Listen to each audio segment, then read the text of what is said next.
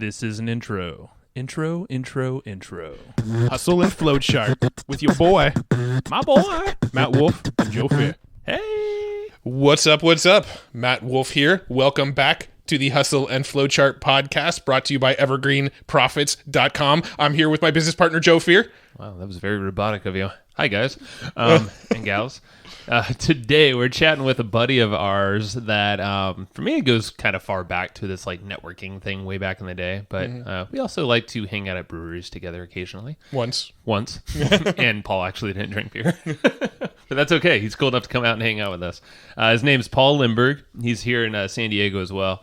And this dude actually, to be very honest, he's done a lot. And we had no clue where the direction of this call was going to go. I know just from prior experience of working with him, hanging out with him, he grows any size business, but he's grown multi-million-dollar businesses in the big corporate space all the way down to, mom and pop type entrepreneurs and stuff. But 10X is kind of like a benchmark is what he's shooting for, but he's done well past that. And it's really cool. He teaches some really, actionable ways on how to do that and how to break it down. And what I love, too, is that a lot of his concepts that he teaches on how to 10X a business are actually... He makes them sound simple. He doesn't make it sound like some complex process. He makes it sound like an attainable thing that pretty much anybody can accomplish. And I really like how he did that. But I do want to warn you, this is a very wide-ranging, varying conversation. We go all over the place with him. We do get into really talking about business and how to scale up the business. But we actually start this conversation by talking about health and the ketogenic diet. and then we sort of let it go from there. So it's a very fun conversation, a very wide-ranging conversation. But also, you're going to get a ton of insights on how to grow and scale a business. Yeah, it's how to feel better, think clear, and scale your business and live a better life. Good stuff to me. All of the above. All right, let's go hang out with Paul. All right, Paul, we're finally recording after your demands. Oh, man, I'm honored and a little shocked, but go on. No, we were just for the listeners, really quick. We probably should have recorded the last 2 minutes with Paul because. I was telling Matt, I'm like, he's just fun to talk to, talk with. He's just, time's going to pass. I don't know what we're going to talk about. It could be instruments, music, hand pans or basses. I don't know. Oh, man, I want a hand pan. Me too. Why have hand pans come up so much so recently? Because they're awesomely cool. That's why. And they're different. They look like a UFO, and then you can make this amazing music out of it. That's cool. I don't know where the hell to find them, but yeah. Oh, they're easy to find. They're just $2,500. They're freaking expensive. They're going more expensive because I heard it's rare metal or every single one is handmade. They can't just do them with machines, right. Yeah, I don't think it's the nature of the metal. I think it's that they're really hard to make. Okay. Well, yeah. I know we have a mutual friend that they're I'm not available. You can find them. You got to get on a waiting list usually, or you just buy one from somebody else because people buy them and. I was gonna say $500. I don't know what to do with this thing. I was gonna say there's a guy that we both know that I might not mention because I think it's about to go on sale. Who lives in Encinitas or Carlsbad? Amish. Who is selling his handpan? No. Maybe. Yeah, I think I might try to get that from him because I'm like, yeah, I know the waiting list is long. Hey, his office is around the corner from my house. I might just walk over there. I think he just moved actually out of there. Yeah, he's working out of a home office now. So. Oh, did he? Did he ditch that place in Tech Center? Yeah. We have some other buddies over there though, Paul Clifford and whatnot. But that's besides. But how are you doing, man? Last time we saw you, we were drinking beer. Well, you weren't. Now that I have not had a beer in a year and a half. Yeah, that's right. But you came. Which is really, it's a sad thing, and it's one of the few things I actually miss. Interesting, really. Yeah. Well, we could. Yeah, I went it's only been since June. I went full on keto. And it's funny because you're talking about systems. Yeah. And what's cool about something like keto is the rules are very, very simple. And they're most people who do diets, or adopt a new way of eating, everybody has their exclusions, I can eat this and it's okay if I just do that and so on. But keto is like such a hack to your biochemistry, and it's a sensitive thing. So you can't cheat. Like if you cheat, it could end up blowing weeks of work because it takes time to get your body to burn ketones instead of glucose. Yeah. So the system is really simple. This is what you can do, and this is what you can't do, and it's black and white. Yeah. And so I like things which are black and white because I don't have to apply any judgment to them. That's so interesting too, because literally before we jumped into this call with you, Joe and I were having a conversation about keto because my wife and I are about to start doing keto. So seriously, I know a ton about this, and if you have any questions at all, I mean, there's so much information out there. If you look at keto versus paleo is like the way it's treated out in the blog verse and in the potiverse is sort of a joke because it's just all a matter of interpretation. Well, Are we doing it based on macronutrients? Are we doing it based on trying to really rediscover ancestral eating? Are we doing it, but if it's dessert or if I'm on an airplane, it's okay? It's like all that stuff. But keto is crystal freaking clear. And how it works is fully understood. So like I said, there's no judgment involved. You just say, these are the rules. And what's cool about it, Matt, so I don't know how much you've dug into this. I will tell you, here's the benefit. I lose weight without trying to. I wasn't trying to lose weight when I started it, but since I started it, I am down what looks like permanently about 14 pounds, which is fine because if I look any skinnier, I'm like, you're not overweight, man. No, and nor was I trying. This is just what happened. I went from a size 36 pants to a 32, which I haven't worn since I was probably 23 years old. Dang. And they're a little loose. Wow. But here's the amazing part. You have energy all the time, and it never stops. And then this is the amazing part is I've actually gotten a little smarter.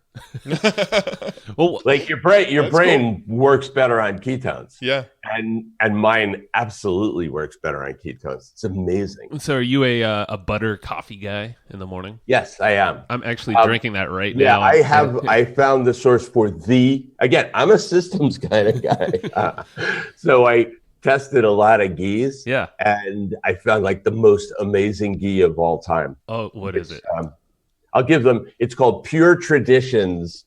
I probably shouldn't even say this because they have a limited supply. It's Pure Traditions brown butter ghee. It's grass-fed. It's burnt, so it's a little caramelized. It tastes a little sweet. Yeah. And it's amazing. Interesting. All right. Well, now we're going to sell it all out because of our massive podcast listeners. I know. As I started to say, I'm worried. It's like telling people to go to Bruges. Don't tell them that. We're like Tim Ferriss, where we just sell everything out. No, so in a quick synopsis, because I'm actually curious now, because I know bits and pieces of keto stuff, but is there like a fast 2-minute blurb of this is so not where we thought this podcast was going, but I love it anyway. Yeah. So keto is really easy. So here's how it works. Basically, most of your body runs on glucose. And whether it was designed to run on glucose or not, there are arguments about this. But most of your body runs on glucose most of the time, except your heart. Your heart needs ketones no matter what. And your brain uses up a huge amount of glucose from your body, even though it's small relative to the rest of it. Ketosis is occurs when you starve your body of glucose. So normally, Joe, if you're a typical glucose burning kind of guy, if you don't eat enough glucose coming in and there's not enough glucose in your bloodstream, your body will try to make it out of whatever it can. And it'll start, you'll start consuming muscle because it's easy for your liver to turn protein into glucose. So that's where it's going to start. So if you starve yourself, basically you're going to get weaker. You're also going to feel hungry because your system is craving glucose. So you're going to want to eat things. And that used to drive me to seek out sweet things all the time. Sure. But basically, you have cycles. And then if you have any kind of insulin dysfunction or glucose metabolism dysfunction, some people will drop down into into low blood sugar, which for me would make me spacey. I'd get spacey. Yeah. I'd even get a little bit of dizzy. Sometimes you'll get very tired. All sorts of crazy things happen. Flip that around. You eat a whole batch of glucose, and all of a sudden your system is flooded with insulin, which is, by the way, like if you eat a big bowl of pasta for lunch, what makes you tired is not the pasta. What makes you tired is you've got this insulin rush, which definitely like makes you feel dopey and so on. Oh, yeah. So your basic human is not eating steadily, is seesawing all the time. So now, if you starve yourself of glucose long enough, which can take days to weeks, could take a couple of days, it could take you a couple of weeks. If you starve your body of glucose and you feed it a lot of fat, right? Just fat of any kind, ideally good fat, because bad fat has its own problems. But if you start feeding your body a lot of fat and no glucose, your body gets the message. It's like, oh, we're not going to be able to burn that glucose stuff, but in the fat, you can burn fat. And as a derivative of fat, part of the byproduct of the metabolism of fat is you produce these things called ketone bodies or ketones. And your body can run just fine on ketones.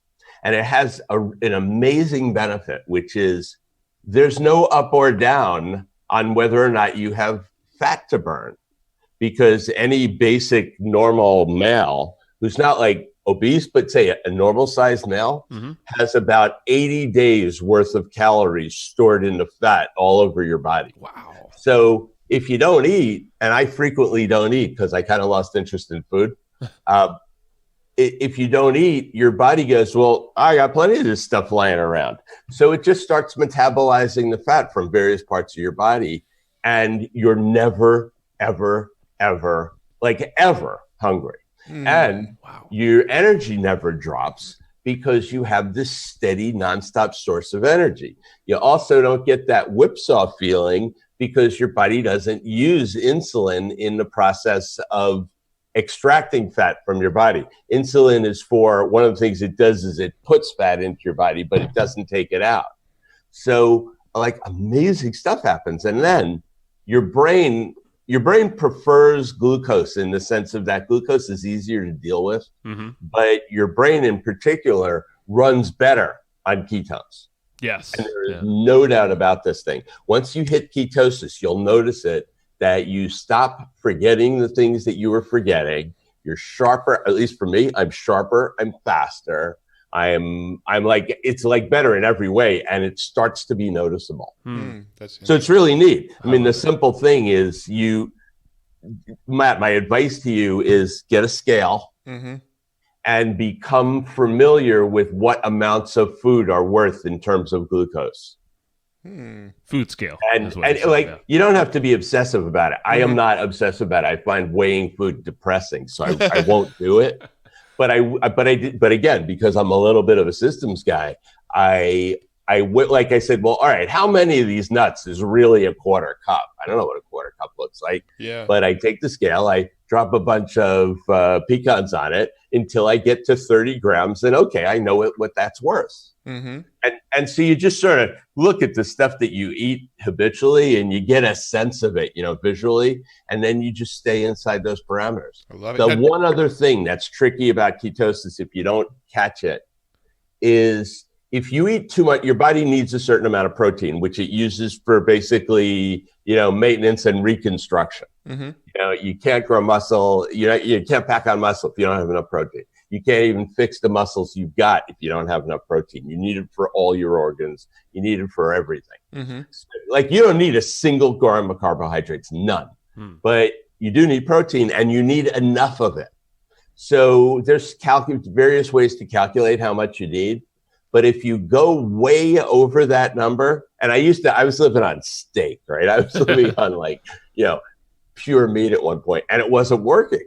So what I didn't know, and it took me reading it about 7 or 8 times before I decided it might be true, is your body is very good. Your liver will take the excess protein that you eat, and without fail, it takes the protein, it goes through your liver, and it breaks it down and turns it into glucose.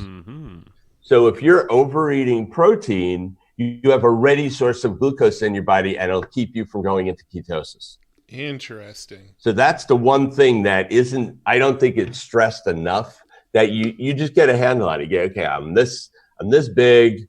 I have this much muscle versus this much fat. I got this much lean muscle mass.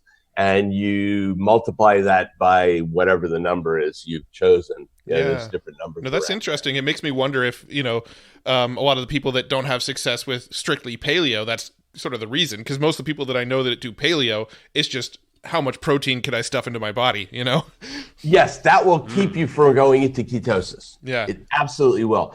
Paleo is not about being in ketosis. Paleo is really just, if you look at it, is about reducing the processed foods that you eat, which is a big deal. Mm-hmm. And if you reduce the processed food you eat, you automatically become healthier. Oh, for sure. Yeah. Right? So it's about reducing that and then dramatically cutting the amount of carbs you eat, which is never a good thing, but like having a whole ton of carbs in your system. Mm-hmm. But and there's other things. Like if you eat a bunch of fat, like saturated fat, like if you eat a lot of meat and cheese and butter and stuff like that, that's not harmful in and of itself. But if you mix that with also having a lot of glucose floating around in your system, excess glucose is just like rust. So you know how metal doesn't rust? Oh yeah, but except in the presence of oxygen.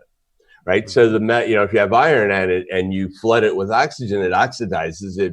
It rusts and it basically turns to shit. Mm-hmm. So the excess glucose in your body that's floating around in your bloodstream because it's got nowhere to go, what it does is it attaches itself. It gets sticky and it attaches itself to any protein at all inside of your body, typically starting with the smaller things first, but small capillaries and so on. Mm-hmm. But the glucose attaches to the protein, a process called, I don't know if I pronounce this right. I call it glycation. It might be glycation. Okay. Glycation is like rust in your body, and it starts distorting and eating away at your various protein structures, at your various tissues, and that's what causes the damage. So it's kind of like it's almost like oxidizing it, and it gets sticky, and that's the thing that causes heart problems. Gotcha. Interesting. It's that. So it's like there's a whole lot of stuff like slammed together in this. The rules of keto are so simple. That's why I love it. It's simple. Anyone can do it. And what'd you say about starting a radio show, Joe? Yeah, I know, right? You gotta have a purpose. Right? Oh, yes, for sure. So if you're purposeful about it, it's amazing in terms of what it proves for health. 100%, man. Now, does it have a positive impact on your sleep as well? Not for me. No, I don't need a lot of sleep. I wish I needed more because I keep reading about how sleep is good no matter what. Right. But I don't need more than I get. So no, it hasn't helped me. Got it. Cool. That's all right. But if you're heavy, if you're heavier than you want to be, you do keto for a few months, your weight drops automatically and stabilizes at a lower number. That automatically helps people sleep. Mm-hmm. Yeah. I think that's an inherent benefit for sure. Makes sense. It's funny, and I don't think I've ever mentioned it to you, but I've always thought it since the time I met you. Anthony Bourdain. I'm like, man, has anybody ever called you Anthony Bourdain? Or said you look like him? Weekly? I know. It's like too damn. It's probably like an old joke, but it's just funny. I was like, that's just funny that you're saying you don't really like food anymore. You don't desire it. And then I'm like, man, that you look like the biggest foodie around. Well, it's a problem because I love food and I used to be more of an epicure. And now it's my interest in food, just like I don't really care. And it's not because I don't still like it. And if I go out for a good meal, I enjoy it. And if I eat something good, I enjoy it. But something about the keto process just had me like I don't need it ever. There's no metabolism driving me to seek out food, which I think is like, I think people who are dysfunctionally big, I don't know what we're supposed to say, people who are fat. Dysfunctionally big. That's a new one. Yeah. Like those people are eating for other reasons than biology. Sure. Right? That's just the bottom line. Yeah. They've somehow short-circuited the mechanism, which is, tells you to be hungry. They just eat when they eat. And, it becomes habit. But if you listen to your body, and your body tells you when you're hungry, and then you're driven to seek out food. At keto, you're never hungry. So I am never driven to eat because of hunger. That makes sense. I mean, and I just imagine. Sorry, we're like Anthony Bourdain in your picture next to each other. Yeah, no, it's funny. Anthony Bourdain used to run a restaurant called Les Halles that was on Park Avenue South between 29th and 28th Street. Mm-hmm. And I lived on the corner of 29th and Park Avenue South. And so I was pretty regularly, I used to eat there. And it turns out he was the chef when I was eating there. Oh, that's cool. So, and I never met him. No one ever mistook me for him. Yeah. But now it happens a lot. That's funny. It's pretty funny. Yeah, he's a cool guy. I wouldn't mind having his gig. Oh, I know, right? I'm like, I just love his shows, but that's a side topic. We won't go down. Everything's a side topic. I love it. Let's actually... All right, what do you really want to talk about? Let's go to where we normally start and learn a little bit about you. Let our audience kind of know who you are and how you got into business and what you're doing now. Okay, you really want to know how I got into business? All right, here's how. I have a fine arts degree in photography, and I thought I was going to be an artist, and I wasn't a really good artist. I was a starving artist for about 2 years. Classic starving art deal. Yeah. And then one day it occurred to me that this wasn't going to work out this way, and so I said, "All right, so what am I going to be?" And somebody said to me, and I can't even tell you who at this point, and there's a whole story there, but somebody said to me, "Go be a computer programmer. Anyone can do it." And that's not true, but it just happened to be true for me. I had no experience. I had no training. I had nothing. And somehow I got myself a job as a on a help desk, as an analyst on a help desk. And that very quickly turned into a programmer and then software design. I worked for this company for 8 months. They told me I was the best person they had ever had in the position, and I was never going to fit into their culture. So they actually got me my next job. And I worked for General Electric for a couple of years, learned a ton, learned how to be out in public, learned how to wear a suit, all that sort of stuff. And also learned that I absolutely didn't fit well into corporate politics and that was never going to work out. So I spent a couple of years there, and then it's like, okay, what am I going to do? I just had no idea. How is this ever going to happen? And there's no entrepreneurs in my family. My parents didn't really understand anything like that. They were working people. And I just kind of said, well, I think I got to start a business. And the guy who had been my client and I, we jumped and took $3,000 of credit card debt and started what became a software company. Like most software companies started out as a consultant. So we were consultants. And we were consulting with people in the international banking world. And so we ended up, he was the banking brain, so to speak. He'd spent like a year in a bank. And then we had a partner who was the sales guy. And then I was the tech guy. And we just started building projects for people and did that for a while. And our projects evolved into a product that serviced, basically my software ran the foreign branch networks of some of the largest European banks in the world. Wow. And it was great. So I traveled all over the world and started selling this thing, and we made a bunch of money. We're terrible business guys. That business was completely bankrupt, and we sold it. And the moral of that story is that if you have a totally kick-ass product that's better than anything out there, you actually you don't need to know how to run a business, and you can make money. That's a very good point. If we actually knew what we were doing, we would have made a lot more. And I never understood it because those guys could have stolen our company. We owed $1 million to the IRS. We really had done everything wrong. And these guys came along and made us a really generous and fair offer.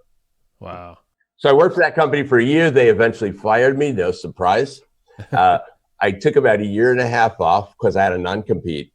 And at one point, they broke the non-compete, started another company, went back into the same business, and eventually sold that company to a German bank. Huh. There you so go. I had 2 software companies under my belt by the time I was 35. Wow. And I then did a bunch of consulting, high level stuff for, big companies like Dell and IBM and Texas Instruments and Anderson Consulting, and some guys are around, some aren't. Did that, and in the middle of the 90s, in 1995, I woke up one day and I was like, I really don't care about big corporations. I don't care about, if you take IBM and add $100 million to their bottom line. I saved IBM $500 million with a piece of research that they asked me to do. Jesus Christ. I did some work at Cisco where we added $100 million to the bottom line, and they don't really care. I mean, you might get a commendation or a promotion, or you might get fired. The guy I was working with got fired. Wow. So it was like, okay, I don't really care about these things. And I just decided that I cared about entrepreneurs. So I took everything I knew up till that point and decided that I could be I could be McKinsey, but for a small business. Sure. And that was my vision at the time. There weren't a lot of business coaches. There wasn't even a thing called that. And I just decided that's what I could do. So I hung out my shingle as a business coach, which nobody knew what that was. And I made a ridiculous promise. I stood up there, like wherever I could, I stood up and I said, so I will help you grow your business faster than you ever thought possible. We will make you more money along the way, and you're going to have more fun doing it. And I guarantee it. And people say, like, how can you guarantee that? Because the truth is I knew nothing. They were like, how can you guarantee it? And it was like straight out of Tony Robbins. I would just tap myself on the chest and say, nodding my head up and down, going, I'm that good. We got this. Yeah. I love it, man. And that's how I got into it. Well, I just love how you made that shift. You just realized you're like, these big companies don't give a shit. And a thanks is, oh, well, you just made yourself obsolete. You're fired, as one option. And it's also like a real driver for me was how it impacted people's lives. Right. So, you add several $1 million, a bunch of millions of dollars to a multi-billion-dollar entity, and it doesn't move the needle very much. Maybe you added a penny to the stock, and that's worth something, but it's not worth a lot.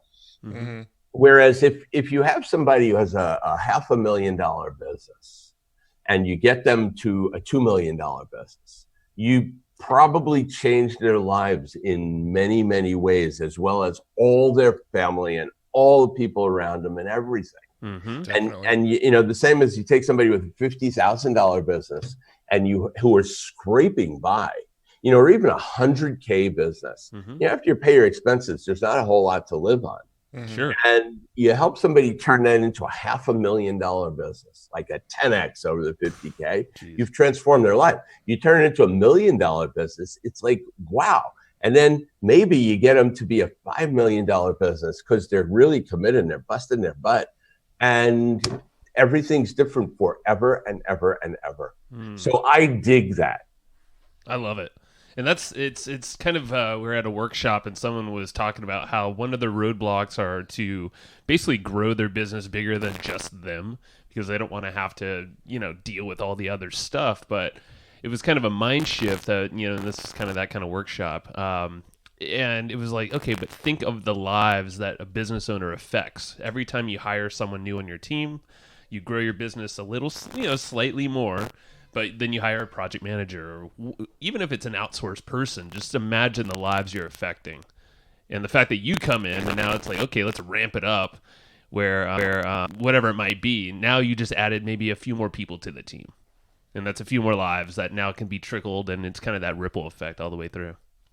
I'm in the middle of a negotiation for a contract, and these guys are a $250 million business. Wow. And their goal to be, the owner's next goal is to be $1 billion. And it's real. I mean, that's not such a big deal, when you only have to grow 4x. That's true. Yeah. Like, it's not that big. It's not like when you're starting out and you're making like $75 and you go, I want to be $1 billion business. Like, your odds of doing that are close to zero. Right? Nobody sets out from scratch to build $1 billion business. I don't know anybody who says that's what they started to do. No one. Right. The people who set out to do that, never get there. So, at least in my experience. But if you're at $250 million, it's 4x. How freaking hard is that? It's just not that hard if you stay on point. But the impact, we were talking about it over lunch last week, and I said, here's what I want to do. I want to create a comp program where the senior team, the actual leaders of the business units, will, like, what we can guarantee them is that if we hit those numbers, they're going to get paid enough compensation. I'm not talking about a liquidity event. I'm not talking about options. I'm talking about their comp in cash is going to be enough to free them for the rest of their lives. Wow. Look, I'm not saying it's going to make them billionaires. They're not going to get like 100x pop on their options because nobody's ever selling that company. There's no liquidity in it. Right. But that we can afford to pay them a few $1,000,000, which if you keep that few million in the bank somewhere, so to speak, then everything you do is by choice. And it's all by choice anyway, but now it's choice freed from the fetters of having to make money so your kids go to college or, for whatever, so you can take care of your parents or whatever it is. I love it. It's that purpose behind the business, behind the growth, and all that. And I remember when you and I chatted, I don't know, a couple months ago or so, you were talking about, and I think it was 10x. You usually shoot to 10x a business, whatever your, I think it was $500,000 businesses are typically what you're working with. It could be totally wrong, but instead of jumping straight to 10x, you double. It's this constant, or maybe it's even a little less than that. But it's a tad more. It's 2.16 to the third power. Ooh. So it's so if you grow them the first iteration to 2.16, then you do it again, then you do it again. Yeah. That's a 10x. That's to me, that's freaking profound. I love it. Because I have no idea how to 10x a business. Well, I could 10 times their traffic, but I might also wipe out their profits forever. Sure. Or, maybe it's easy to 10x. It depends on the business. Right now I'm doing something different for me, which is I'm about to launch a program which is designed for people who's small solopreneurs, 50 to 100K. Now it'll work just as well for somebody doing $1 million, and there'll be actually no difference at all. But my intention is I want to give men, women, who are solopreneurs, consultants, coaches, other professional services companies, and to give them a clear-cut path of going from that 100K, which is, I know that, if you're in the Philippines, that's a lot of money. But if you're in San Diego, you're just scraping by. Sure. And, so the idea that there's a roadmap to take that to 10 times what you've got now, or even 5 times, that's awesome. Oh, yeah. So that the program is designed to walk people through a series of transformations that will reliably allow them to grow. If you promise someone 10x and you get them 2x, it's not bad. Sure. You promise them 10x and they get 3x, even better. 5x, even better. But the process really reliably can get you to 10x. Wow. Yeah, and that's similar to what Matt and I offered, and we kind of backed off of it now, just select people, but roadmaps. You even mentioned roadmaps is, instead of doing this group coaching, we've done a lot of, physical newsletters and whatnot, but it's really honing in on someone's goals. So like, what are their goals in the next, 3 to 6 months? Let's just work with something manageable and let's try to achieve those goals. And it's kind of like what you're saying here. Let's give them a roadmap or instruction manual on what to follow to achieve that blip in time there, and then compound from there, or reevaluate where are you, and then now let's set out the roadmap from that point on, and then kind of keep doing that. In the theme of system, if all you do, this is the simplest truth of all, which is if all you do is benchmark where you are, set a goal for the future that you have a big commitment to, and then have a way to measure progress, not from rearward looking, like here were the numbers we hit, but forward looking, like here are the actions we have to take to get there. And of course, you're measuring the result as well, because that would be moronic not to. But you're measuring the result and you're measuring the actions. And you just continually check in. I used to do the simplest thing, and it grew people's businesses just by doing this, is I draw a graph. And it was a simple graph. All the way on the left, it was at 0. Or, whatever adjusted to 0. And then all the way on the right was where the goal was. And maybe it was 6 months, maybe it was 12 months, but it was divided up into weeks. And every week you drew on the graph where you were. So you were either above or because all that line represented was where you were supposed to be, in terms of your output revenue, by where you were on the timeline. And so at any moment in time, you were either above or below the timeline.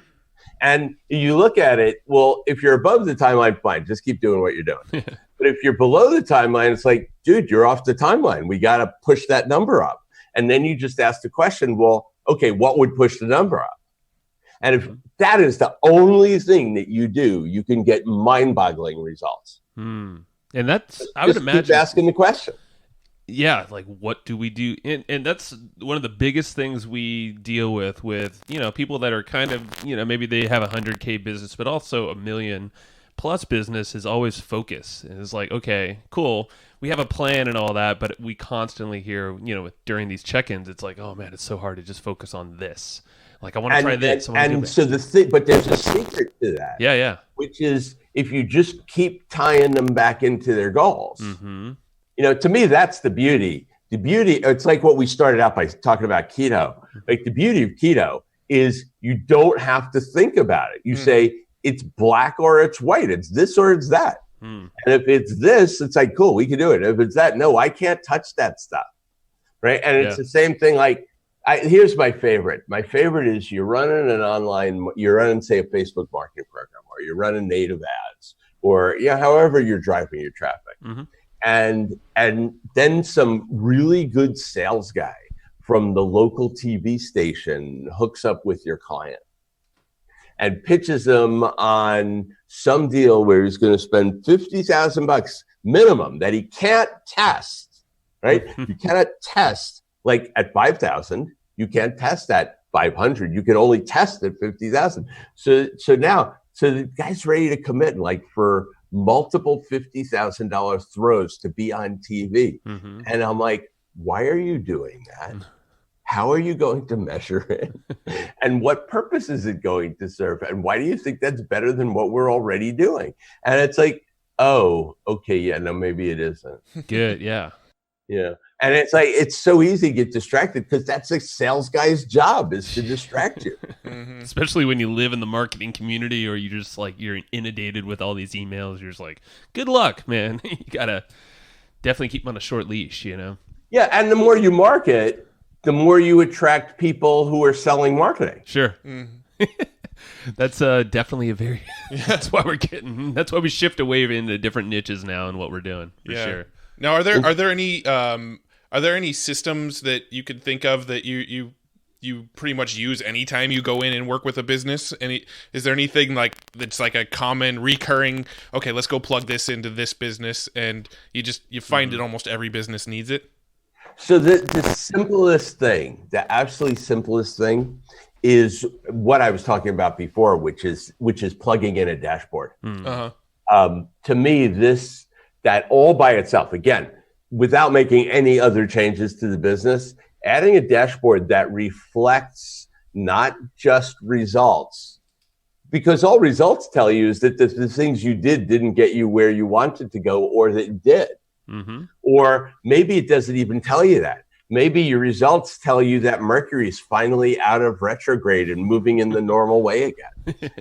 It's like, who knows what it's going to be. You're so Antonitas. I'm just kidding. A dashboard which measures, if you look at I call them critical points of leverage. If you look at what are the leverage points in the business, and we know that every business that we ever encounter, like, I'm not talking about a Main Street retail, but every online business that we encounter has as its points of leverage, its traffic sources, the number of people coming into your system and what you do to convert them. You know, it also, there's other critical points of leverage, Right. but it's like every single business, I'm almost never walking into a company that has a solid dashboard.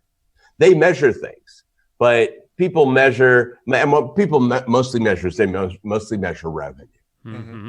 Maybe they measure new customers, but rarely can I get a straight answer from a client when I first walked in the door on what's their long-term customer value. Can't do it because they don't know.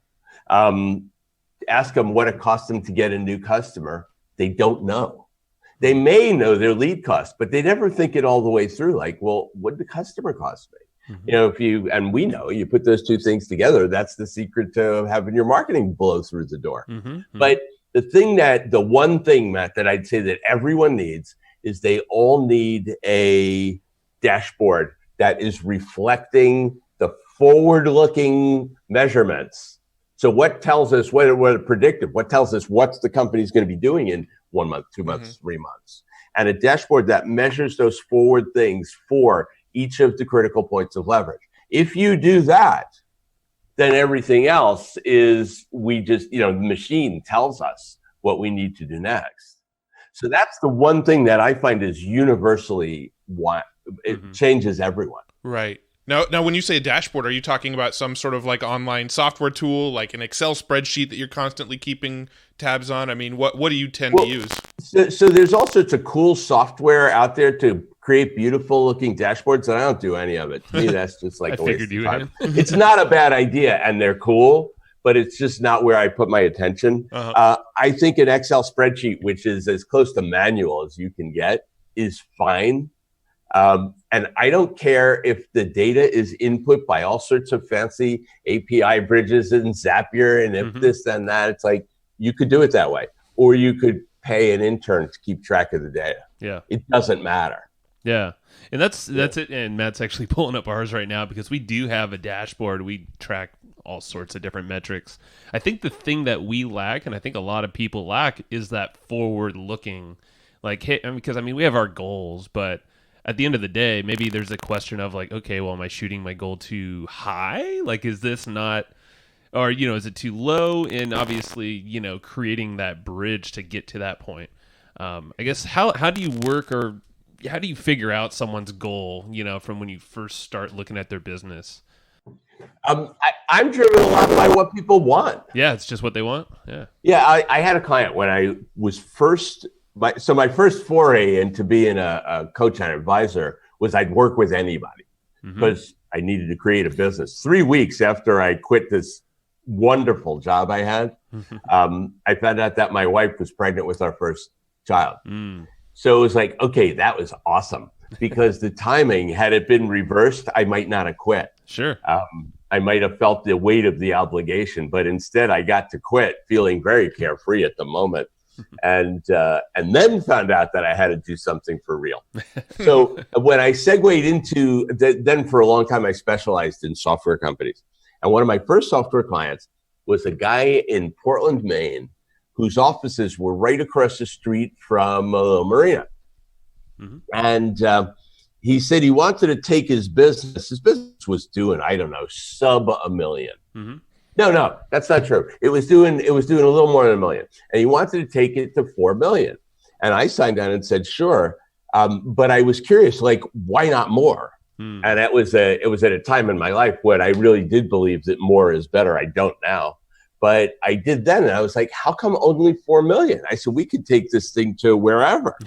And so he says, come here. And he calls me over the window and he points across at the boats. And he says, see that one on that fourth slip, the blue sailboat on the third one out? I said, yeah. He says, that's mine. And I don't spend enough time on it already. And I'm sure that if I hit 4 million, I'll have enough money than I'll ever personally need. And I want to spend more time on my boat. So we played for 4 million. And I got him to that number. And then we were literally done. Wow. Because he'd gotten there. He was happy. I've had other clients who say to me, I need to stop doing the work. My goal is to get myself out of it and make this much money. And then I have other clients who say they want to build $1 billion business, and I do my best to talk them out of that because that's just a stupid goal. Yeah. Especially when you're just starting out. But no, the short answer for me is I don't have a lot of opinion about people's goals, except if I think they're kind of weenie goals. Got it. Yeah. Yeah, you can hit that pretty easily. Yeah, that's not very interesting, but okay. Mm-hmm. I err on the side of let's go big. What would really light you on fire? And they go, well, I don't know if I can do it. It's like, who cares? Let's try. So look, this is really important for me, which is that I'm very much a guy who's into the journey and not the destination. Mm-hmm. I want some of the destination points, but that is not my goal. I do not believe that's why I was put on the earth, so that I could achieve a certain amount of wealth and, own this much stuff and all of that. I don't care. Yeah. That doesn't mean I don't like money and spend it freely, but my motivation is not to say that I should have this much and then I can consider that I'm winning. Mm-hmm. So I think the real thing is, when you set big goals for yourself and they're not just about the money, and they could, look, there are people that's just it. They want more money in the bank. Yeah. But other people, they're looking to transform the world. Well, why do you want that? And so that I can, do what I want to do. Well, why do you want to do what I want to do? I once had a guy tell me that he needed to reach a certain amount of money because he wanted to give the rest of his life over to the church, and he wanted to be able to support his family in the style to which they'd signed on for. And he wanted to do that without working anymore. So his goals were based on that. People have all sorts of reasons, but the thing is, the goal calls you forth. Yeah. Right. The goal should be something that transforms you. The goal should be something that when you got there or anywhere close to it, or even on the right path to getting there, it made you the person you wanted to be in life. I love it. Mm-hmm. That's the important part to me. And if it's not doing that, it's bullshit. Why are you doing it? I mean, there's so many people, and I know back in the day, Matt and I were guilty of this, but that's why we radically shifted our business to what we wanted to what we actually like to do every single day. And I think it starts from, how do you want to live that day every single damn day? And maybe you're not quite there yet, but okay, well, maybe your goal is that accumulation of what's needed. So maybe it's buying back your time, so you have to hire some people. Maybe you want that new house. Maybe you don't. Maybe it's not physical stuff at all, but it's time. So I guess figure out what that goal would be to allow you to buy that time back. Yeah, I mean, I feel like we literally had a conversation at one point that said, all right, what kind of lifestyle do we want to live? Okay, cool. Now that we know how we want to live, how do we build a business to make that happen? And so we've focused on building a business around how we want to live. We don't live based on, the business. So we've had that flip. Now, I do have a question. When you go into businesses and you're talking to these business owners, do you tend to find that most of the roadblocks that are keeping them from moving forward, do they tend to be more mental barriers they need to get back, that need to get over? Or does it tend to be more like tactical things, like here's something you should be doing, but you're not doing? Like, I kind of think I already know the answer, but I'm curious, how you would respond to that. Well, so I'm punting and I'm saying it's both. It's often both. But I work with so many different businesses. Each situation is different. But yes, often. So one place that I'm working right now, they have cultural issues. They built a culture that's actually pretty cool. And it was very cool for what the business used to be. But it's not cool anymore in that they've turned the business over to people who don't actually know what they're doing. And the culture says, don't tell people how to do their jobs. Tell them what to do and they'll figure it out. But if you look at the data is not supporting that. So there's a big mind shift there that says we can preserve the best parts of this culture and we're going to let go of the parts that aren't serving your aims. So that, that's a real mindset shift and it's across the board. But, you walk into other people's businesses and they don't have enough, particularly in the services arena. No services people have enough business unless they built a paid lead gen system. Sure. And I mean, that's just sort of the basics of it. And all the people who grew up with the idea that free marketing is better are usually suffering for lack of business. Yeah. So, I mean, those are simple things. There's a long list of things you usually run into, but I think the answer really is both. Sometimes I had a client who I worked with for 5 years. I helped them sell their business for, let's call it, mid 8 figures, a lot of money. Mm-hmm. And it was not worth that. It was worth maybe a couple million when we met. So it wasn't nothing, but we multiplied it, I don't know, 40 times. A lot. Yeah. So that was pretty cool. But the first thing was the guy thought that he was the best doer in the place, so that he had to still be doing. Mm-hmm. And I fought with him over, no, you will make more money. The less you do, the more you'll make. And I persuaded him very quickly, because I wasn't letting it go. I persuaded him very quickly to cut his actual doer schedule in half. And it was cool because his life immediately got better. He just became happier overnight. And he also started making more money. And then I got him to cut that in half. And by the end of 6 months, I got him out of doing it all together. And his amount of money kept escalating and his happiness kept escalating. And it was brilliant. And that was just a mind shift. He was like, yeah, people are coming here to see me. I was a health professional. He was like, people are coming to see me. I said, no, they're not. I said, they're coming here to get healed.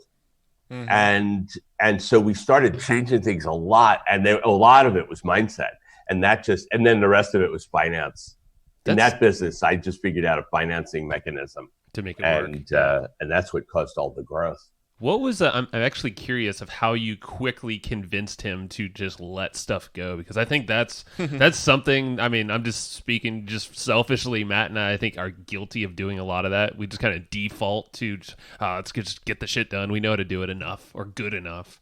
Yeah. Right. So it goes back. I believe it goes back to purpose. Mm-hmm. It always goes back to purpose. And if your purpose is let's keep it simple. If your purpose is to grow the business, then you say, well, but I'm the best person to grow the business because I know all this stuff, and teaching somebody is going to take 3 months.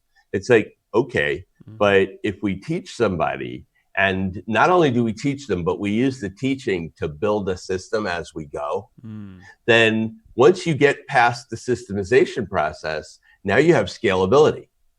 So but if your goal is tomorrow's profits, if your goal is tomorrow's revenue, it's pretty hard to let go of anything, because you say the shortest path to cash is if I do this. Mm-hmm.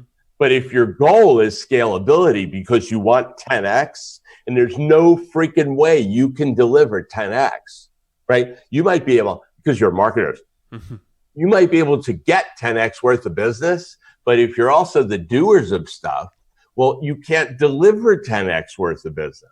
True.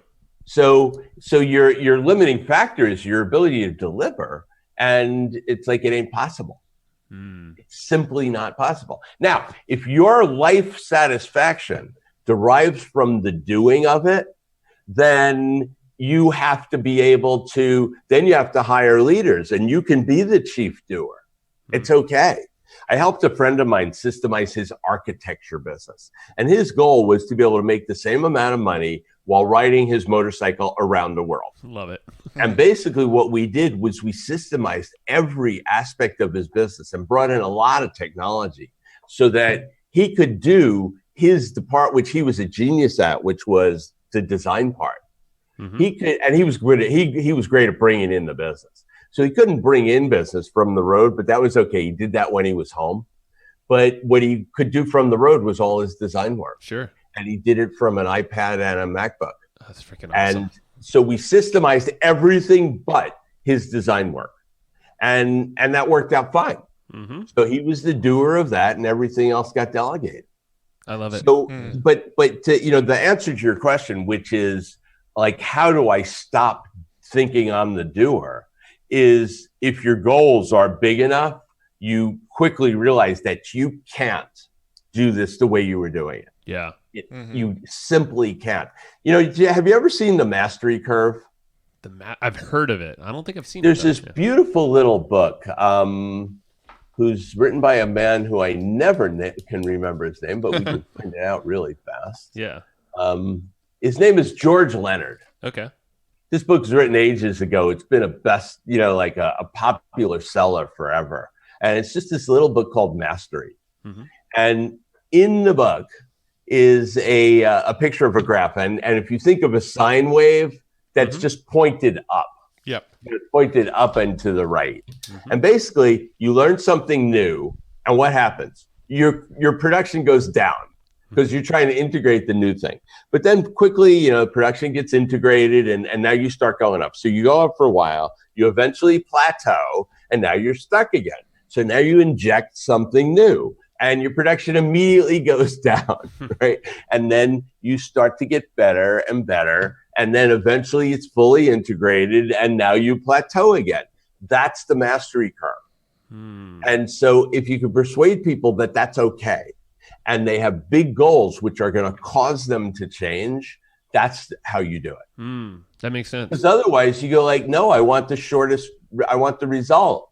And my results are going to get worse while I teach somebody. It's like, okay, but you can handle that. Yeah, no, for sure. I mean, that's definitely been probably one of the biggest roadblocks we've had in our own business, probably for different reasons. I think for me, it was more about trust. I've never really felt like people are going to do it as good as me. I think for Joe, it's been more about he's kind of had the mentality of, default. I could just do this real quick, so I'm just going to knock it out real quick. Right. For me, it's like I don't feel they're going to do it as good as me. For Joe, it's kind of been more this is quick and easy. I'm just going to handle it. So it's definitely for something me, we need to it's a combination of both. Yeah. Right. It's a combination of both those things. But this is the deal, which is if you're willing to trade short-term results for bigger, better, more powerful, more exciting, probably more fun, more freeing, more life-changing results, then you say, okay, this might be possible. Yeah.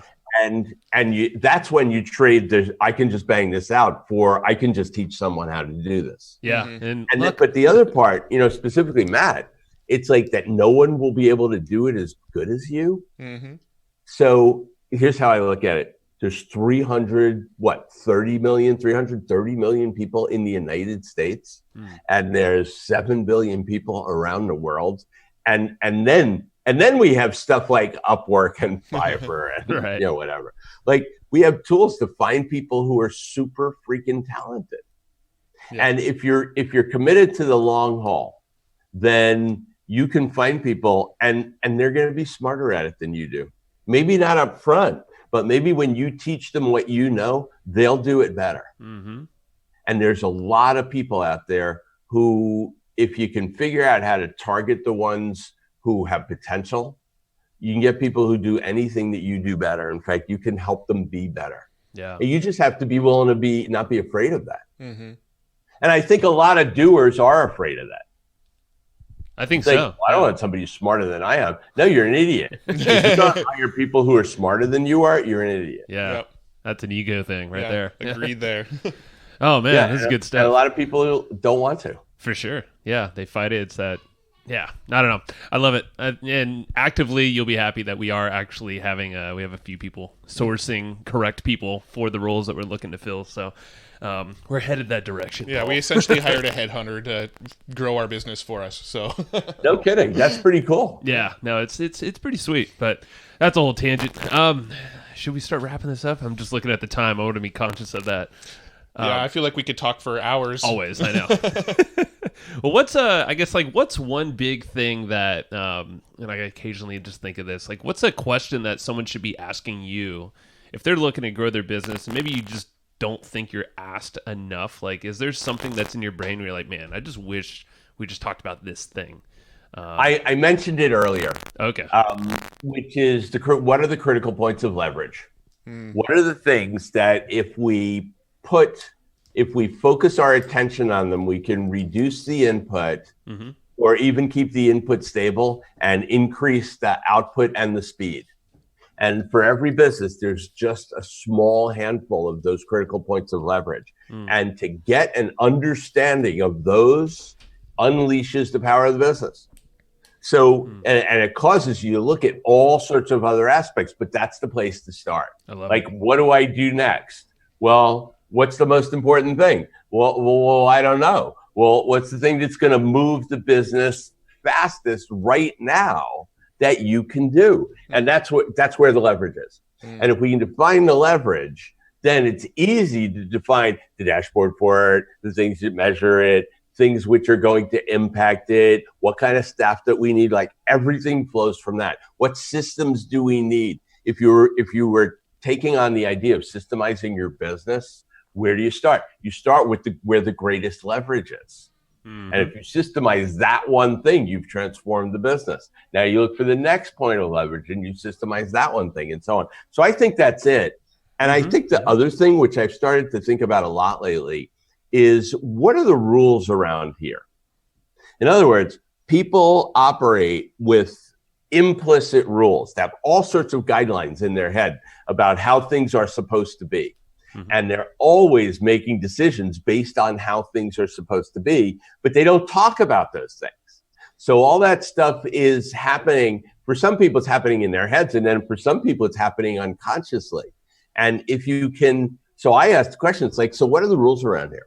You know, what are the ways that you, what's governing your behavior that you haven't exposed?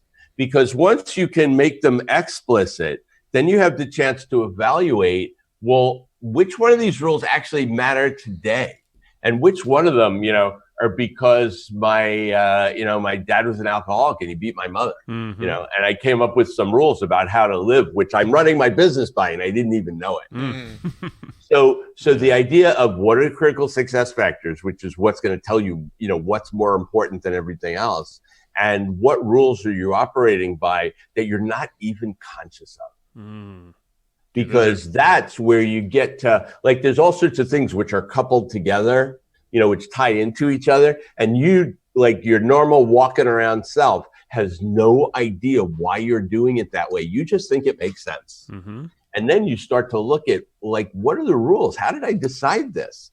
And as you expose those things, you'll find out that you made some really brilliant decisions along the way. And then some of your decisions are just lunacy. Oh, yeah.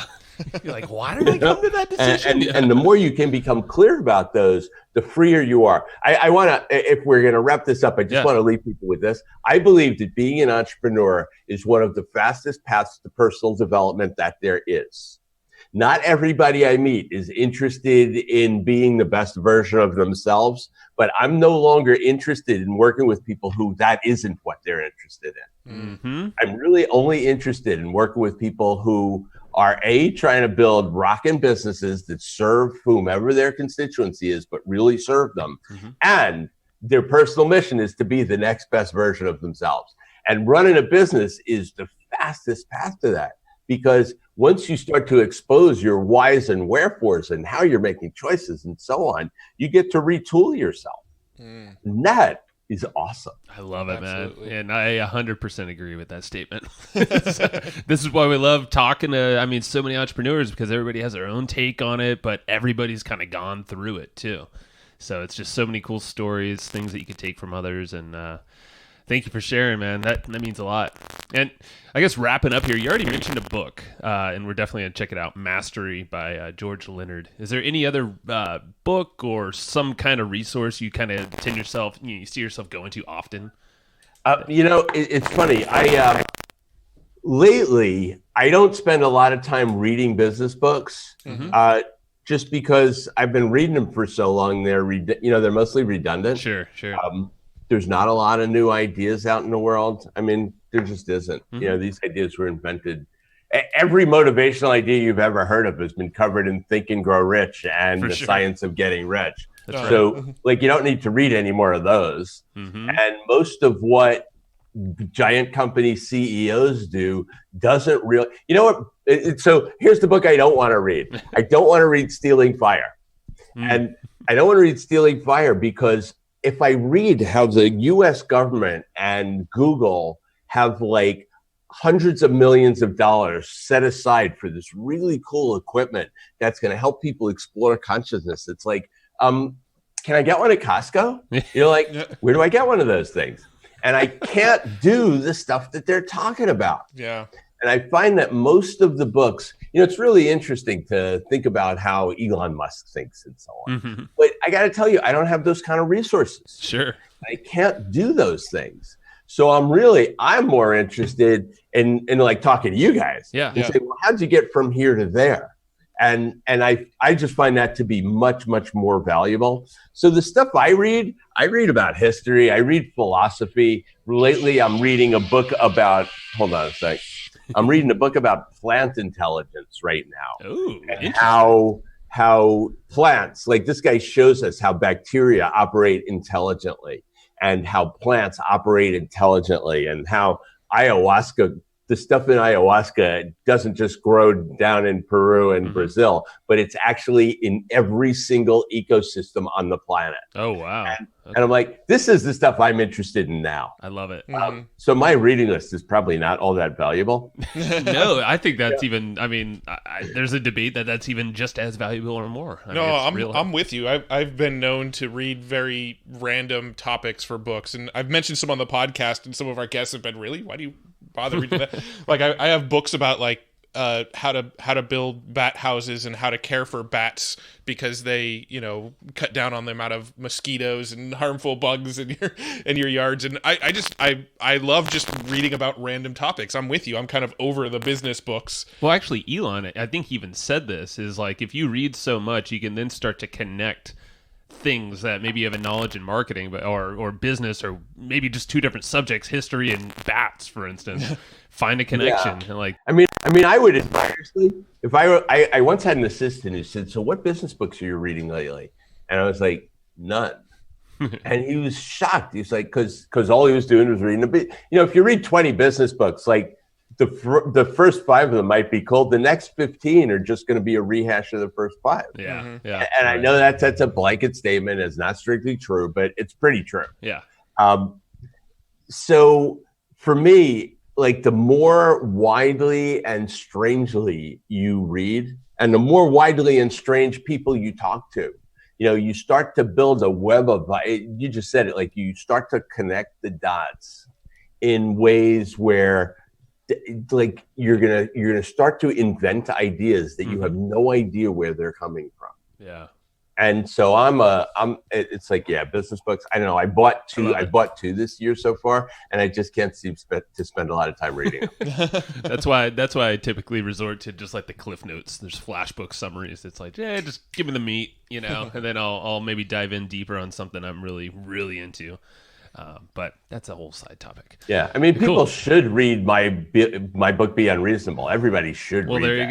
You go. I've never even read that. I mean, it would be a mistake not to. I might go get that now. Well, we'll have to link that up in the show notes, too. Yeah, so where else do you want to have people check you out and learn more from you? They can. I have a website, of course, which is paullemberg.com. Mm-hmm. And I have been woefully remiss in my public persona lately. I've been doing such deep dive work myself. I haven't been out there and active, but I'm working on a couple of new projects that are going to have me be like, oh, okay, I'm going to be creating some new material now. Love it. So paullemberg.com is a good place to start. Cool. Yeah. Now we pulled it up here. We'll link it all up in the show notes, and definitely let's do a round 2 or 3 or who knows, because we have diet talk. I was going to say paleo, but keto, and all this stuff here. So good stuff, Paul.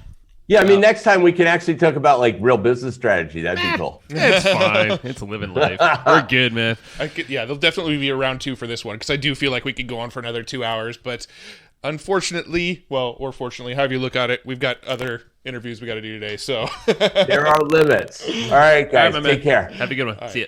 Bye-bye. All right. Thank you. And I hope you just enjoyed this episode you just listened to. Now, right now, before we sign off, I have a few things I would love for you to do. So the very first thing is to go find our guest on Facebook and tell them that you loved their episode with us. That's going to help them just feel good about themselves, but also it's going to spread the word a little bit more for us. So go find them on Facebook. Everybody's on Facebook, and go say that you love their episode and maybe one cool thing that you learned there.